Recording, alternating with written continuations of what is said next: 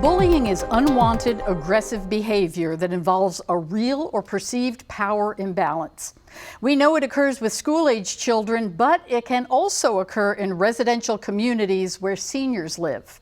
Marcia Miller with the Residential Home Care Network has joined me to explain how communities are addressing this issue. And Marcia, we were just chatting off camera, and I said, well, sure, we'd talk about bullies in grade school, but then those bullies may be in an assisted living situation with your loved ones. So, you know, how does your group kind of address this bullying, and what does it look like? Sure. Well, what it looks like is kind of different, because you do think of bullying as the kid throwing rocks or punching someone on the playground. You know. But in the assisted living environment, when you're older, it could look something like this. Maybe you were a manager back in the day, and now you're 80-something years old. But in your mind, you're still a manager. And so now you want to tell the other residents what to do, or make them sit here or stand there.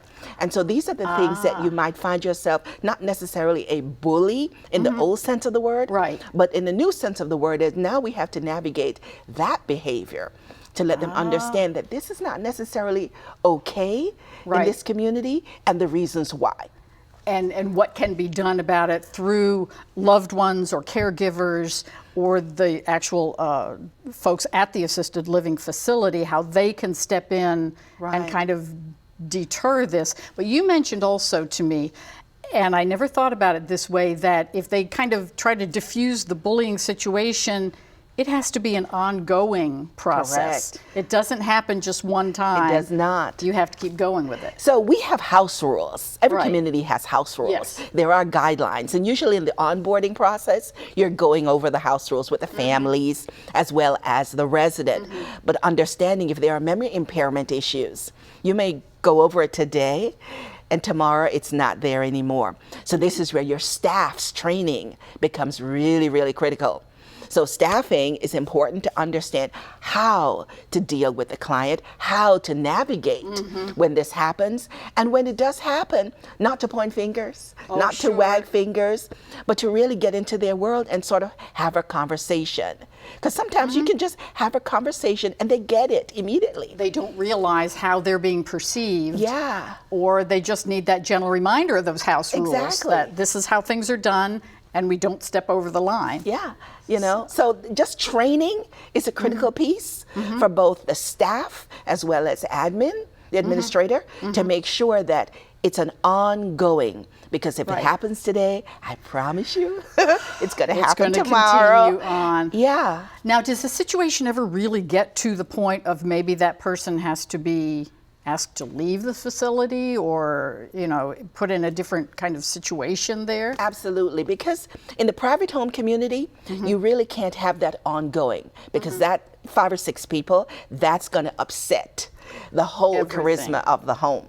So at some point, you might have to talk to the family about maybe a 45-day notice, because this isn't working out. And maybe we do need to transition this particular individual to a community that can support their needs. Whereas here, we're not able to do that. And that's okay.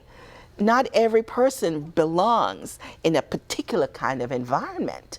Maybe there's another environment more skilled that can manage that behavior. And that's it. They've been in this community for a while, and it really just isn't working out to their personality, perhaps their brain assessment situation, whatever other kind of conditions they may be dealing with. Because they do change. Right. I've had residents that on board and they are like this, but then as their cognitive issues change, it's like this.